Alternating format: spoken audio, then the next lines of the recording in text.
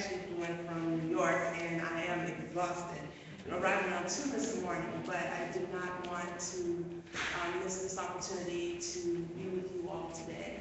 My name is Waltrina Middleton and I serve as your National Minister for Youth Advocacy. And I do just a little bit of everything in the national office, which is based out of Cleveland, Ohio. Has any of you ever attended, or have any of you attended the General Synod at all? Yeah, just a couple of hands. How about the National Youth Event? Anybody been there? Okay, well, we have a lot of work to do to get you all there. Our National Youth Event is held every 4 years, and we are very excited about the next National Youth Event because it will be held here. Your state, your conference will be hosting us for our next National Youth Event. So we are very honored and we hope that you all will join us. And then our General Synod happens every 2 years, and it is a gathering that brings together members of the denomination from all across the country. And this one will be held in Cleveland, Ohio. And so I'm really excited about welcoming you all, and I will share an official video with you later. But I was asked to speak with you all this morning a little bit about justice issues and to share a little bit about where I was or how I spent my summer.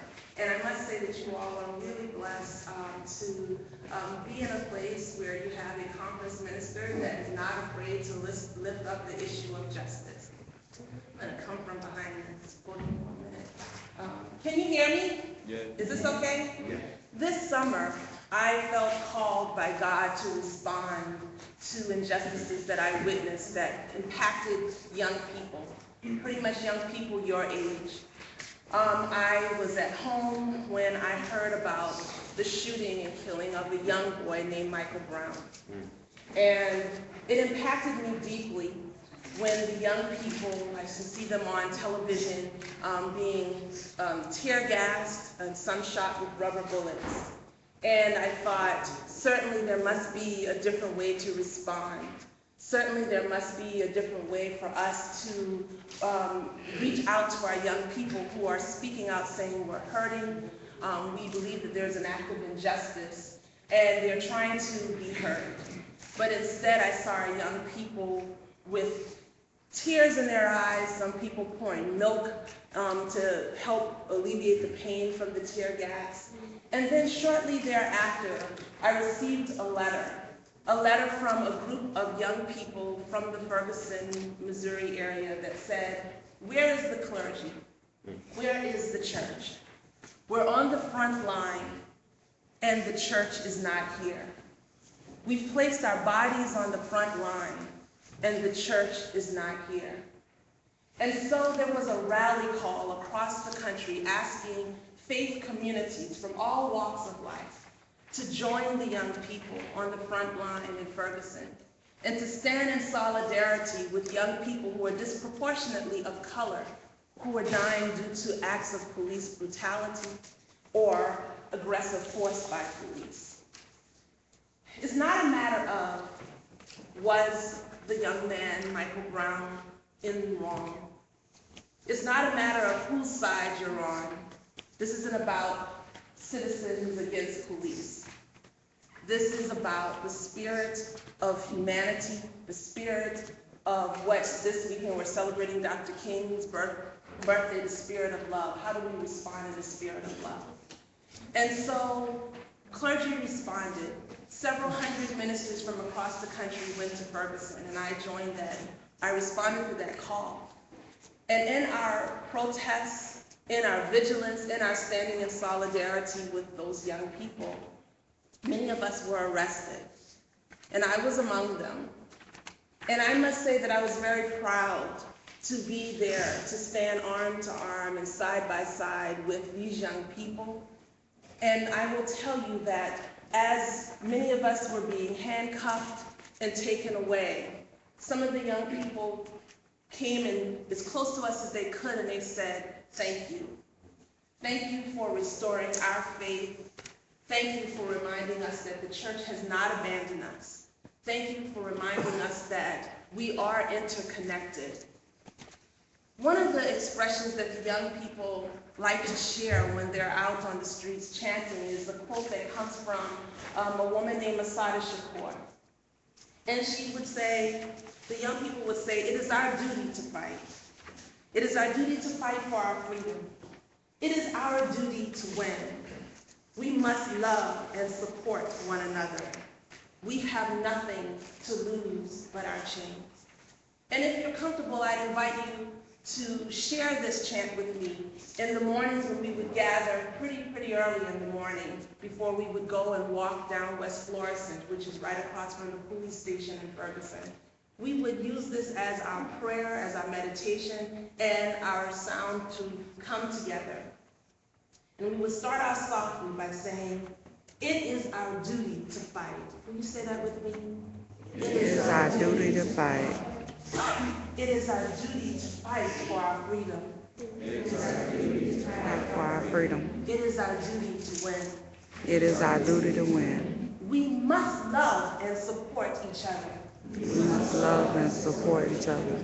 We have nothing to lose but our chains. We have nothing to lose but our chains. Will you stand if you will, if you can, please stand. It is our duty to fight. It is our duty to fight. Let me hear you. It is our duty to fight. It is our duty to fight. I can't hear you. I woke up when I got here at 2 a.m. this morning, all the way from New York to be with you. I want to hear you. It is our duty to fight. It is our duty to fight. It is our duty to win. It is our duty to win. We must love and support each other. We must love and support each other. I love that line. Let's say that again. We must love and support each other. We must love and support each other. Let them hear you all the way in Ferguson. We must love and support each other. We must love and support each other. Let them hear you in California. We must love and support each other. We must love and support each other. We have nothing to lose but our chains. We have nothing to lose but our chains. And what is the chain? You know, that's something for us to be able to define. You all received a sheet of paper, and I'm going to invite you to participate by helping me understand what are the chains that you experience as youth and young adults. What are the chains that you experience and face as young people? You may all have different chains. I just came from a forum working with a group of youth who identify as LGBTQ, lesbian, gay, transgender youth.